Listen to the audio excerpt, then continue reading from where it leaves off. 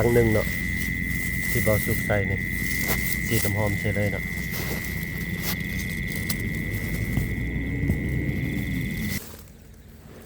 หายบ่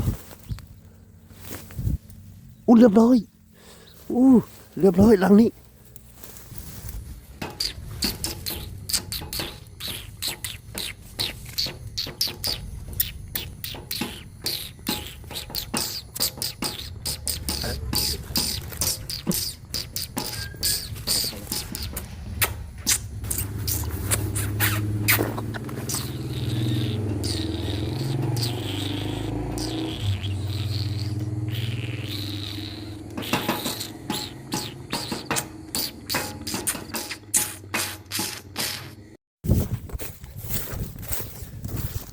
ครับทักทายสบายดีเมื่อสุขุสุคนเนาะ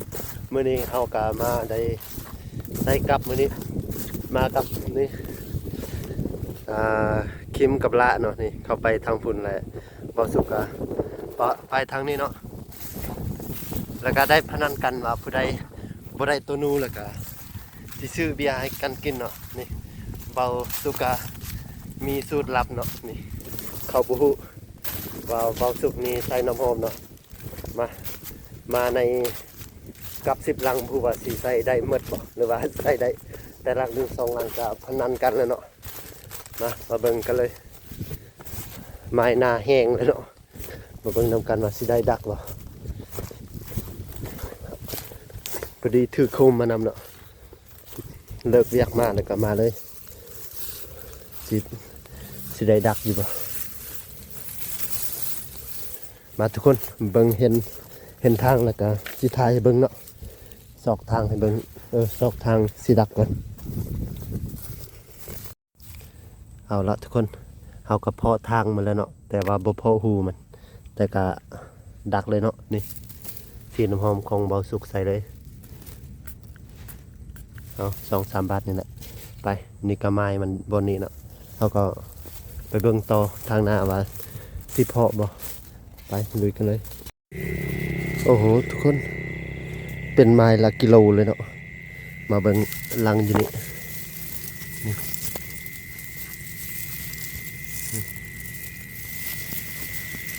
เป็นลังละกิโลเลย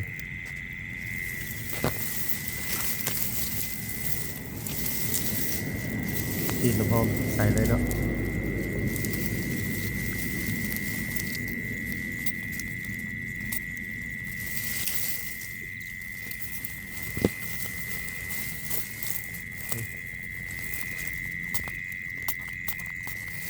นี่ปล่อยตีนมันไหม้เลย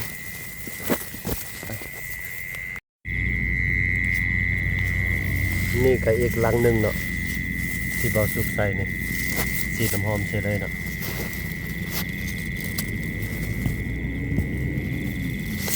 2-3 บาทไปเลยทุกคน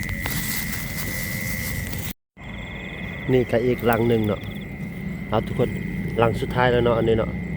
ใส่ไปได้แล้ว3-4 ลังเนาะ2 บาทไปลุ้นกันเอาทุกคนลุ้นกันมืออื่นเนาะว่าสิได้จักโตเนาะกาลังละกิโลเลยทุกคนเลยไม้มันไกลโพดเนาะไปลุยกันกราบทักทายสบายดีกันยามเสาร์เนาะตอนนี้ก็ได้เวลา6 โมงแล้วเบาสุกาสิพามายามกลับเนาะแต่ว่ามื้อนี้เสียดายเลยใส่กลับลังละกิโลเลยโอ้ไปไกลเถอะได้เบิ่งไม้แรกอยู่นี่เนาะไม้ที่2พุ่น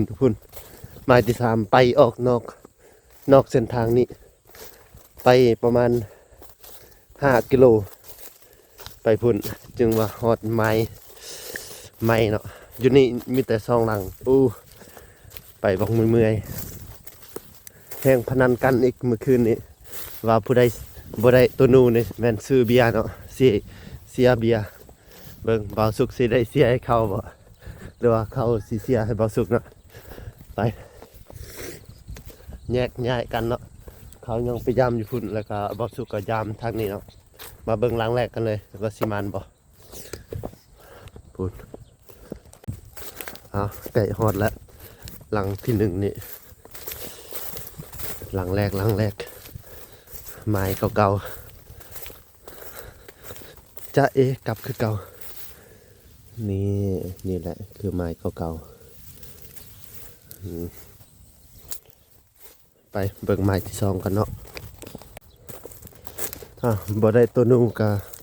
มารับชมบรรยากาศตอนเช้าเนาะนี่บรรยากาศตอนเช้ากะเปิดโปร่งแจ่มใสดีเบิ่งทางหน้านี่มีทุ่งนาอยู่เนาะแต่ผู้ว่าสิเข้าทางใดได้น่าจะมีนูลายดอกเบิ่งทางนี้หลังนี้เอาดักมั่วอยู่นี่กลับกุบลัน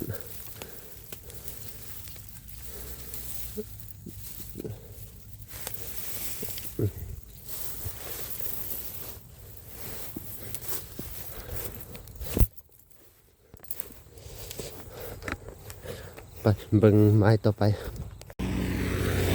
นี่ไอ้คิมก็ไปแล้วทำส้มมันเด้อไปลุยกันพร้อมบอสุกอยู่ทางนี้นะลังเดียวแล้วก็สิไปทางนั้นต่อโอ้ไม้ละเป็นกิโลเลยมาเบิ่งลังเดียวอยู่นี่สิมาอันบ่หรือว่าสิพลาดอีกทางใดปะน่าจะแม่นทางนี้ละอู้หูประมาณเอ้ยบ่มีเตาเลยวันนี้นะไปเบิ่งทางหน้าต่อเนาะยังอีกประมาณ100 เมตรนี่แหละ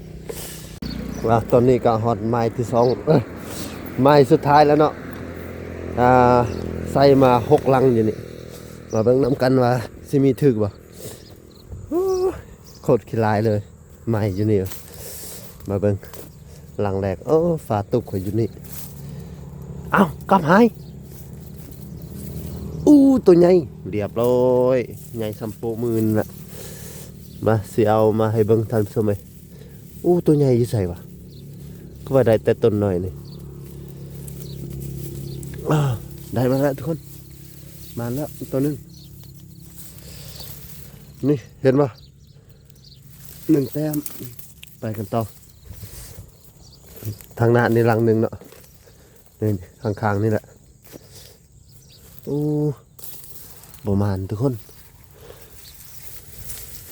ไม้นี่แฮวแล้วไม้นี่นะใส่เมื่อคืนนี่มันตกไตเบิ่งสภาพไม้เอาชมบรรยากาศกันก่อนมาเบิ่งหลังที่3อยู่ทางหน้านี่แฮวแหวแล้วบัดนี้นะบ่มีตูมบ่มีแต้มแล้วบัดนี้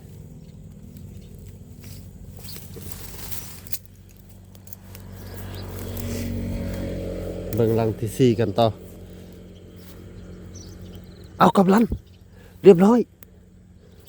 ลันบ่แม่นเขาลักย่ามว่ะบ่แม่นเขาลักว่ะลังนี้นะอยู่ใส่ปะบ่เป็นเขาลักบ่กับคุยใส่ปะทุกคนกลับหายเขาลักตีจะน้อยไปเบิ่งเนาะเบิ่งหลังนี้ก่อนหายบ่เรียบร้อยเรียบร้อยหลังนี้นี่เสียเอาให้เบิ่งเนาะใหญ่อยู่ทันซ้ำหลังนี้ใหญ่อยู่หัวแตกเลย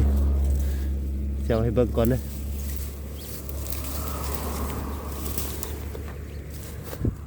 นี่ทันซ้ำแต่แล้วหลังนี้หายเนาะจังหน่อยสิกลับมาซอกมันอีกพูดอยู่ใส่ไปถึกบอลหรือว่าจังไรเนาะจังหน่อยสิกลับมาซอกใหม่ มาเบิ่งสองลังอยู่ทางหน้านี่เนาะสิถึกบ่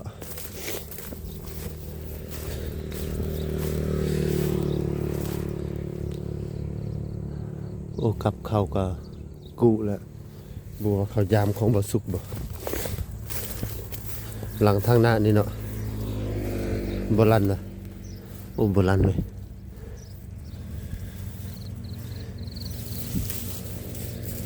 ใส่หมวก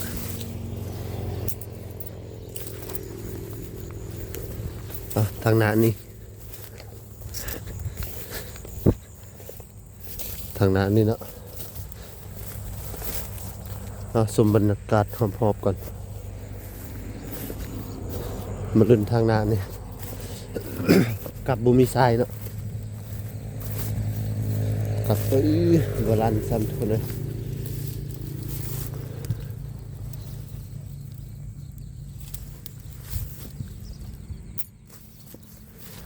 หมดแล้วไปซอกกันบอลมันเสียเนาะกูว่าเขาเอาบ่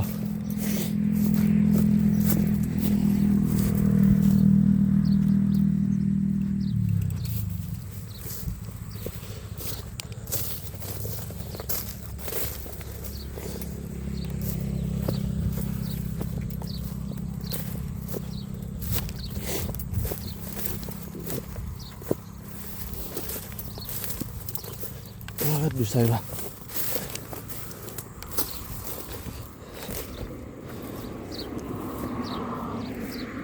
สอกเบิ่งก่อนเนาะโอ้เขาเอาแน่นอนแต่เบิ่งกลับก็เสียแล้วบัดนี้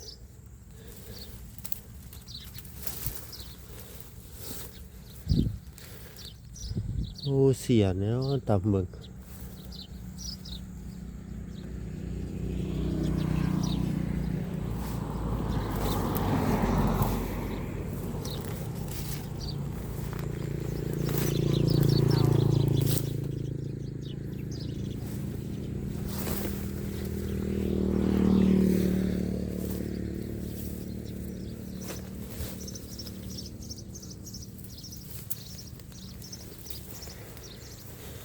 ไม่ใช่ว่ากลับเลย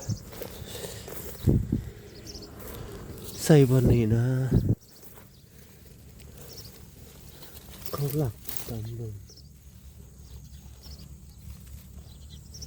ตัวนูบ่ได้ไปไกลหรอกเอาสรุปว่ากลับเสียกลับหายไปแล้ว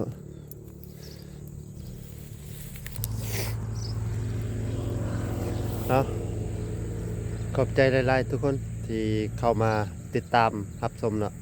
แล้วก็บอสุกก็มาสรุปผลงานแล้วได้มา2โตเนาะ2โต2แต้มในค่ำคืนนี้บ่แม่นในตอนเช้านี้เนาะมาเบิ่งนี่เห็นปะตัวใหญ่ตัวหนึงเนาะแล้วก็ตัวน้อยตัวหนึงไม้ก็อยู่นี่เนาะแล้วก็ลังอยู่ทางลังนี่เขาลักเอาไปเนาะซอกบ่เห็นเอาอย่างน้อยเขาก็ยังมีแต้มอยู่เนาะ2แต้มมาเบิ่งของไอคิมต่อเนาะเพิ่นว่าถ้าบ่มีไผได้แม่นเสียเบียร์หมดซองเนาะแต่ว่าบ่สุกได้แล้ว